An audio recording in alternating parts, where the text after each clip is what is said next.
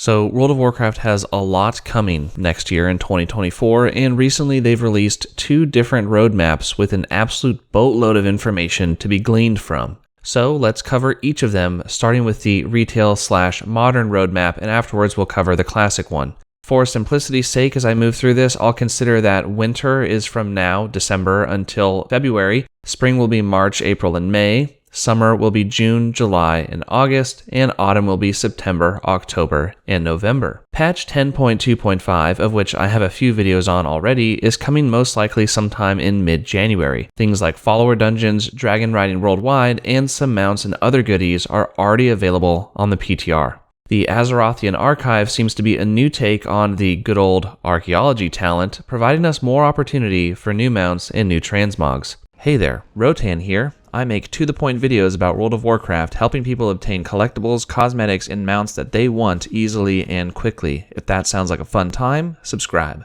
The Outland Cup is another Drake Racing Cup similar to the Kalimdor Cup that has another armor set behind it, and the Hearthstone Anniversary event can reward this Compass Rose mount as seen in my previous 10.2.5 mounts video. Suspiciously, the 10.2.6 patch just has a black skull.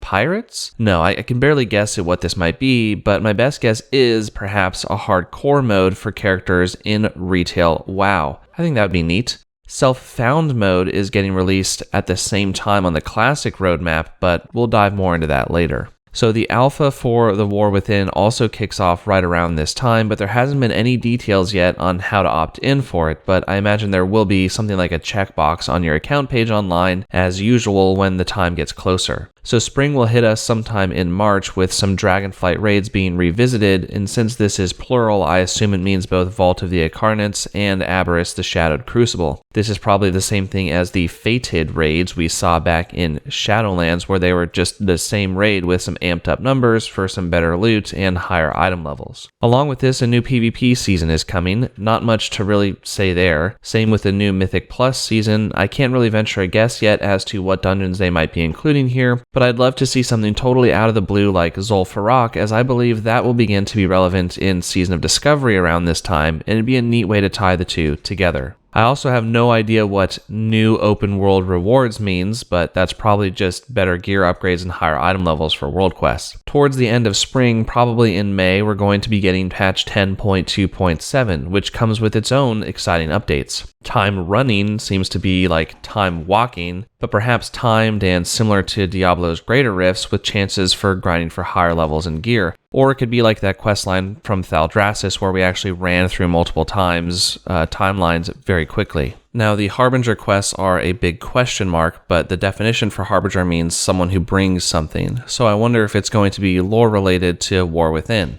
On top of this, Heritage armor, which is coming, also always comes with some great lore and some good storylines, and recently all these armor sets have been looking awesome, so I'll definitely cover this when they get announced and when we get more details. The new holiday event is probably either going to be Noble Garden or the Children's Week being revamped as they're revamping all their holidays, or maybe even the Midsummer Fire Festival as we head into the summer months. So at the end of spring and into the early summer brings us the War Within beta. So that'll be around June. I would assume we actually get access to this beta. It's open to all players who bought the Epic Edition, so go ahead and get that now if you want to get in the beta. As for the live server pre-patch, we're going to get some world events like we normally do, most likely in the zone of Silithus because that's where all the trailers are taking place. War bands are also coming, which just means more things are account-wide, yay. And Dynamic Flight will be fully realized, which I think will be super awesome, and I wonder what these guild updates mean. I wonder what they are. They might just simply have to do with war bands. Then, of course, the expansion itself drops on the transition from summer to autumn, which is really early, really soon, honestly. This means we could see the expansion as early as September, when normally Blizzard likes to release WoW expansions around November, and we get November releases.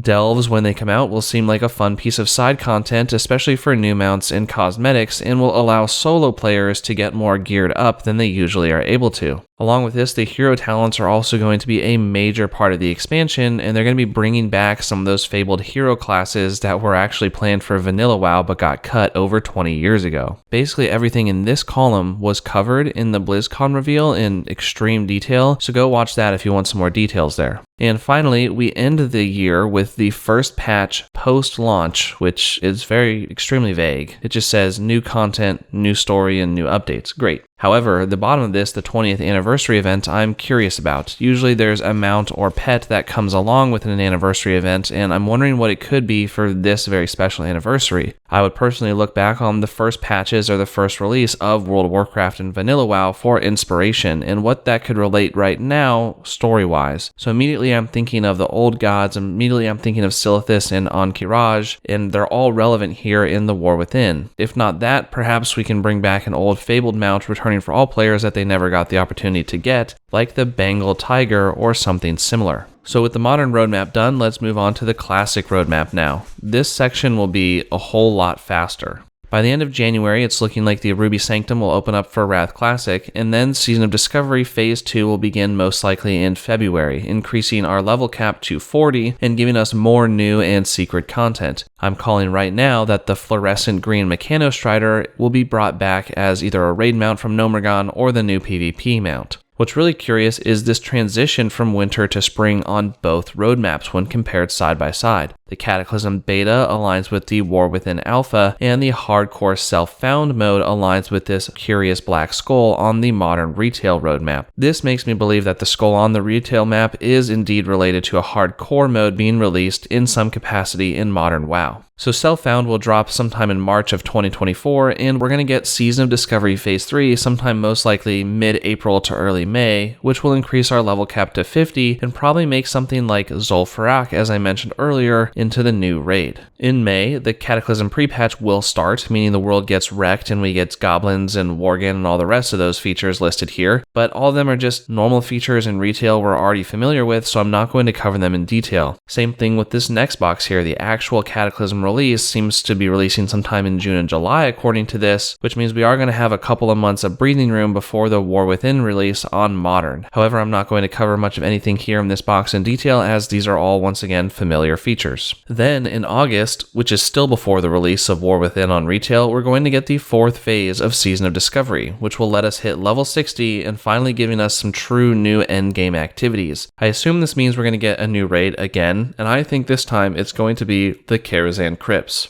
After this are two more Cataclysm Classic updates from August to September, and in October it looks like we're getting the final Season of Discovery update so far, which also feels really vague, and I think it might just mean we're doing some revamps to some old raids, maybe Molten Core, Zul'Gurub, and Ankh-Kiraj, or perhaps we'll get something totally new again. Well, those are both of the roadmaps in their entirety. I'm really excited for the next few months hopping back and forth between Classic and Modern, and then it really feels like once War Within drops, I'll be all in on Modern WoW, I hope. So thank you all for watching. I'm curious to know what your opinions are on some of these roadmap pieces, and if there's any detail you think I missed, please leave them below in the comments. I'll see you next year. Take care.